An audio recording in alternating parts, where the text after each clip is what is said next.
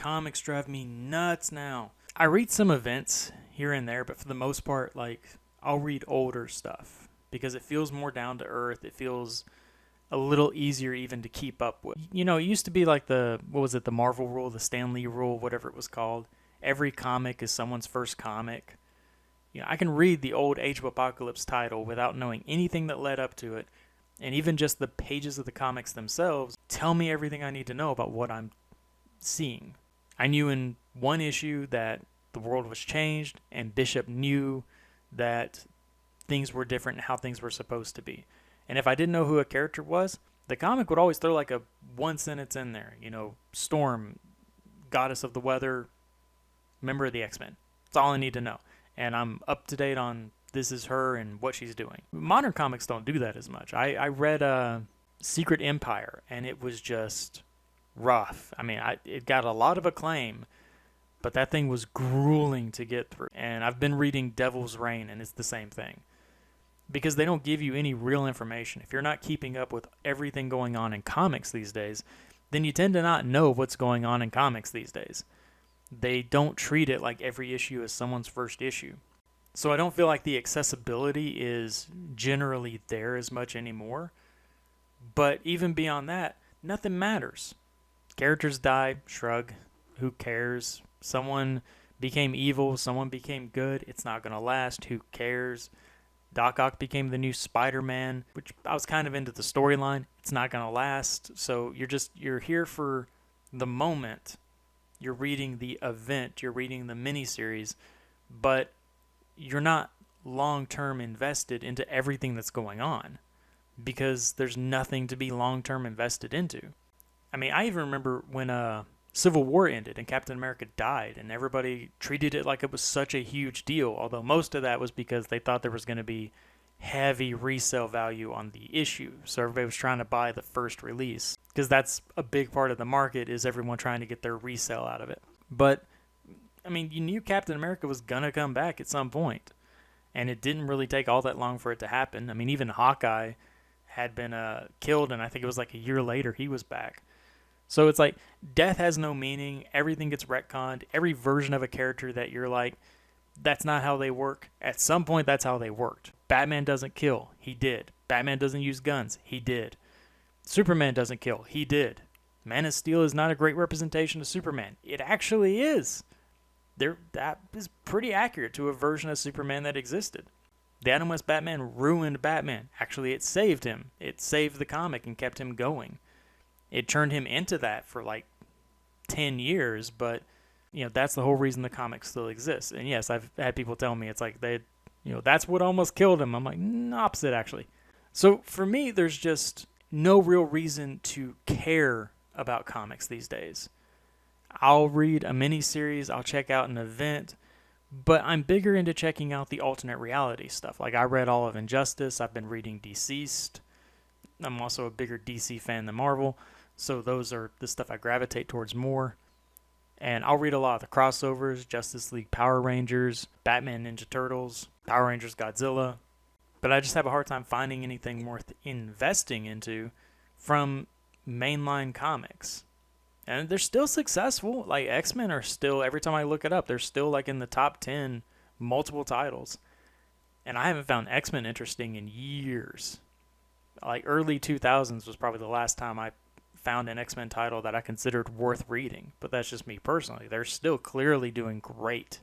But I feel like comics should do one of two things. Because the sales are declining. I mean, they have been for years. But a lot of smaller comic companies, independent comics, are all rising up. And they've been doing great. The Walking Dead, Invincible, they both had a beginning, a middle, and an end. And are considered really great comics. So is The Boys. I don't agree.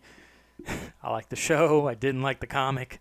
But having an ending does really help things. It's also part of what's hurting the MCU. Like, it should have ended at Endgame. It didn't. A lot of people are still pushing that everyone should be on board with it.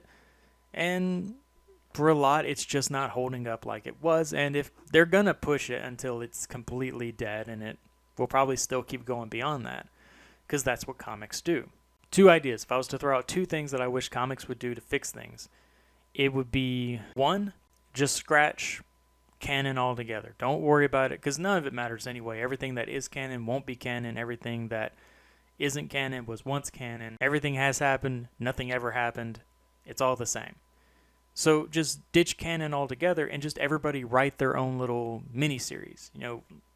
You can give it your own subtitle, like Deceased, and then there's a bunch of stories that happen in that world, and Injustice, and there's a bunch of stories that happen in that world, and then someone else could write Marvel Max, and then here's a bunch of stories that take place in that specific world.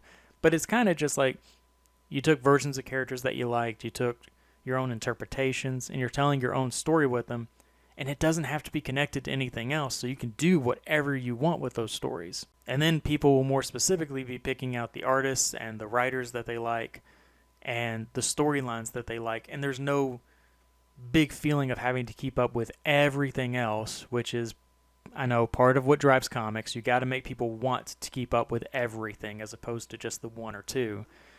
But it makes each issue a little more interesting, I think. I think that's the weakest of the options, but I think if you were just kind of like bringing people in and just write me something and then we run with it, I feel like that's probably one of the more likely ones. The other idea I like a lot.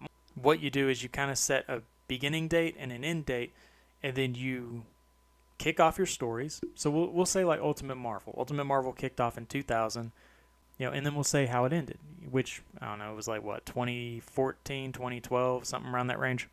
And it would be like that. So you would write each of your stories. They would go through. They're all fitting within this ultimate universe. And then it builds to a climax. It ends. Everything goes white. And then you start up a new one. We'll say that was Marvel Now or something.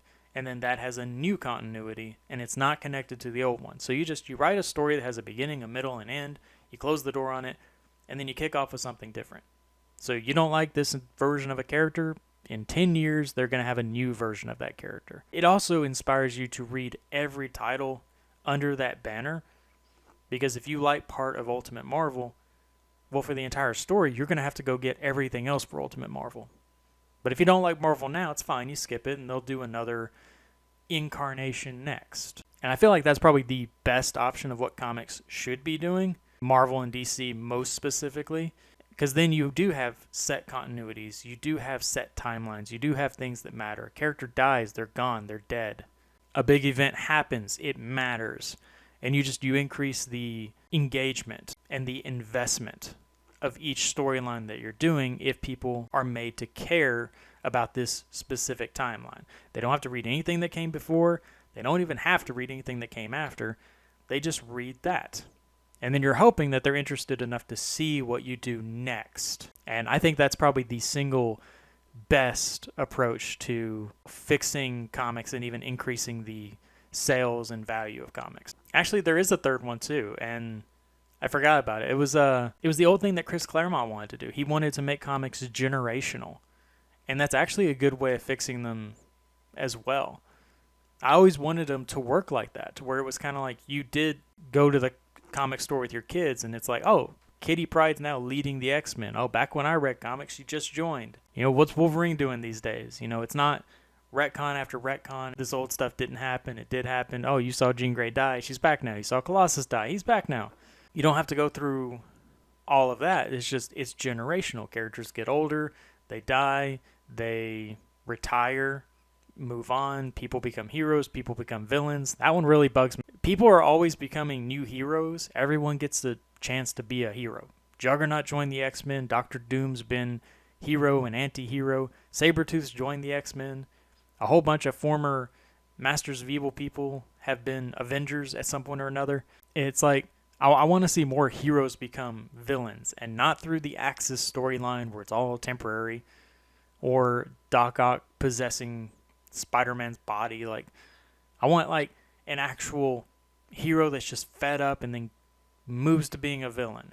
But they won't do it with any of the big names because those guys make money. So generational would just be a more interesting approach. I mean, you're going to lose a lot of characters as they age out, and that's not going to work for comics. It's going to be a real problem when they try to make movies. You put Captain America in a movie, but he's not around in the comics anymore.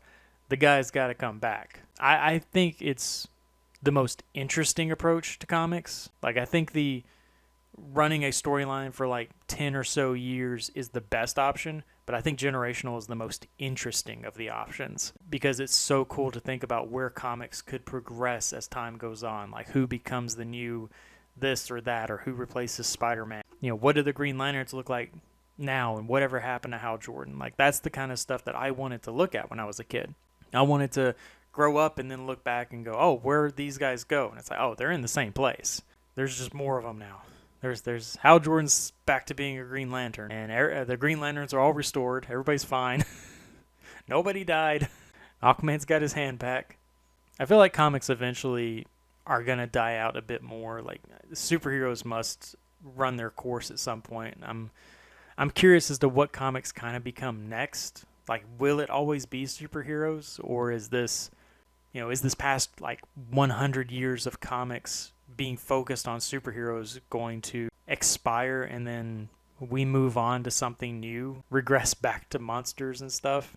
Probably not. They're generally considered hand in hand at this point. Like, comics are superheroes. There is no more trying to find your identity. And despite how sales go up or down, like, Marvel and DC are very safe because they're owned by Disney and Warner Brothers. And so as long as like the movies and the TV shows keep making money, that kind of justifies the existence of the comics. It doesn't matter like how low their sales get, they're still okay. They'll just do another revamp and then just keep things going. I don't know. Maybe they're fine. Maybe I've got some good ideas. I don't know.